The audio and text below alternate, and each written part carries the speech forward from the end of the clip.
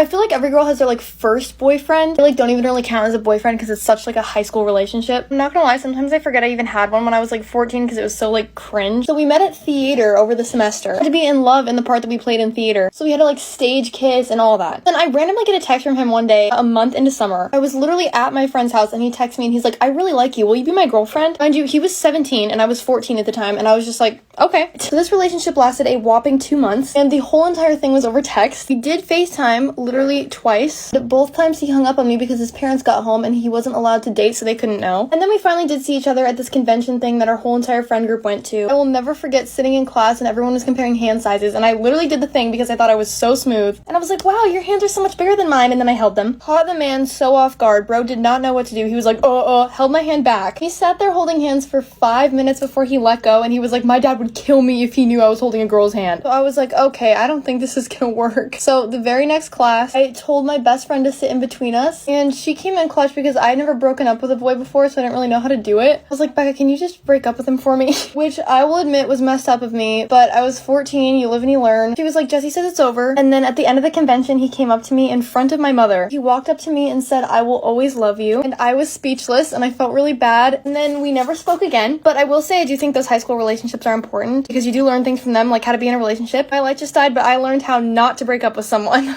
Story time, how my grandma kicked me out of the house and I was only 7. My mom and dad were divorced, so my dad would get us on the weekends. So this is one of my dad's weekends. And the thing about my dad is he used to always leave us with like $5, even if that, and go to business meetings while we were at his house, which he lived with my grandma. I'm at my grandma's dreading every moment that I'm there, but to make myself feel better, I'm like, let me go to a liquor store and let me go get chips. Come back with my chips, and I want to just chill and relax, watch some TV, and eat some chips. But my grandma had this rule that you could not eat besides the kitchen. Couldn't go in my dad's room and eat chips on his bed. Me personally, at the time, I didn't see what was the big issue about not eating chips on the bed. You know, I just wanted to chill and relax. And plus, I didn't even want to be there to begin with. So I go to my dad's room, my grandma's sleeping, and I go eat my chips and watch some TV. At this time, I was super into like red lipstick, makeup, or like red chapstick.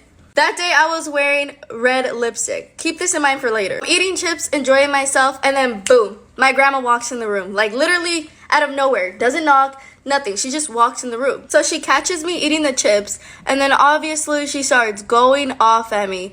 She was like, are you really that fat? You can't go to the kitchen and this and this and that. And she used to call me duende. And if you don't know what that means in Spanish, it means dwarf. So she was like, duende. She was like, you couldn't doggone wait or yada, yada, yada. And just making it a big deal. So she was like, you know what? She brings me to the living room and she was like, you're looking like a whore, just like your mom.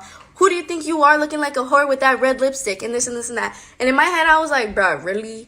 And so she was like, you want to be a whore? I'll show you what whores do. And she was like, get out of my house. Get out of my house. Now that I'm out of her house and I'm heading out of the house bawling, she was like, go stand on the corner. And she proceeded to keep going off and saying, I told your dad not to have you kids. You kids are the devil, this and this and that. Now that I'm on the street and I'm 7 years old, where do I even go? There was a plaza where I got the chips earlier and there was a Yoshinoya. In my 7-year-old self's head, I was like, bawling my eyes out, and so I start going to Yoshinoya. When I get inside, I'm literally just crying and I ask to use their phone because I'm 7. I don't have a phone. Mom is absolutely furious. She is going off on the phone. She's about an hour away at a party, so she sends her friend to come pick me up and then she's gonna meet us. I finally meet up with my mom.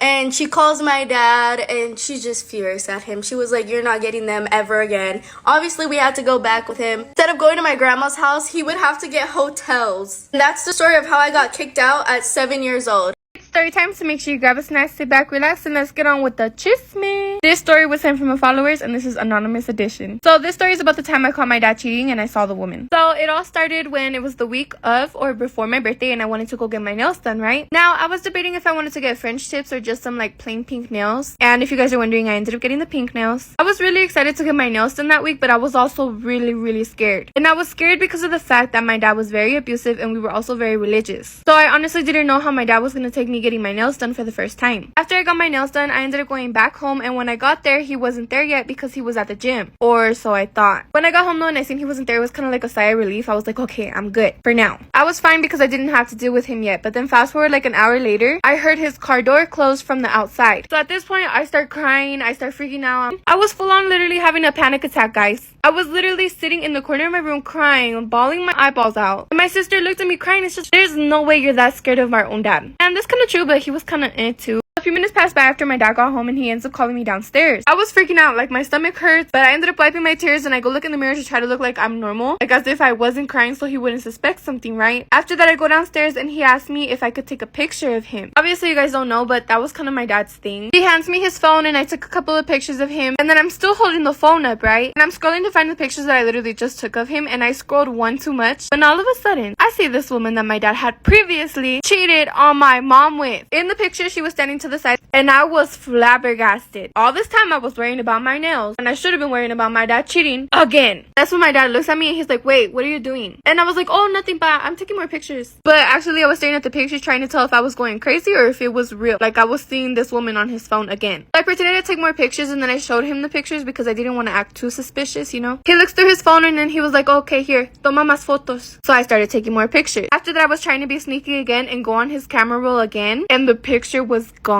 He literally deleted it off of his camera roll. After that, I ended up taking off my nails because I was still scared, and I was also thinking about the fact that he was probably cheating on my mom. But I'm 12 now and he's living with the mistress and their kid. So she was definitely in that picture that day.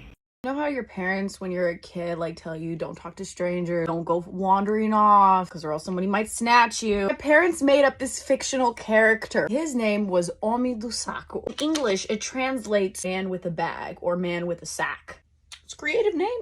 Obby would get you if you wandered off away from your parents. In my head, I'm literally picturing a Jeepers Creepers, big hat, trench coat, carrying a bag. Some kids believe in Santa Claus. Well, I believed in the Obby. Every time you go to Walmart, there's a ceiling tile missing here and there. They would tell me that Obby is waiting right up there and he's watching me. My stupid ass believe them. Why would they lie to me? Why? I would ask them questions like, where did he come from? You know what their answer was? From hell.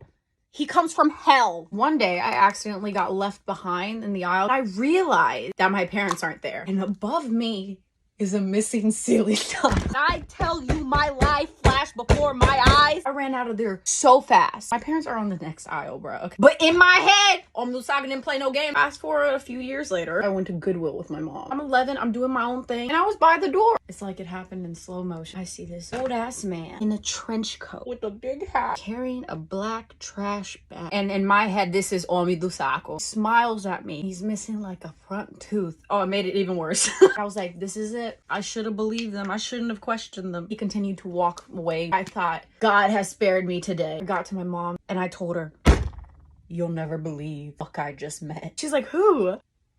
Obby. Parents, if you ever want to keep your child in line, tell them about Obby and how he comes from the pits of hell. Okay, ciao ciao, bitch, love you.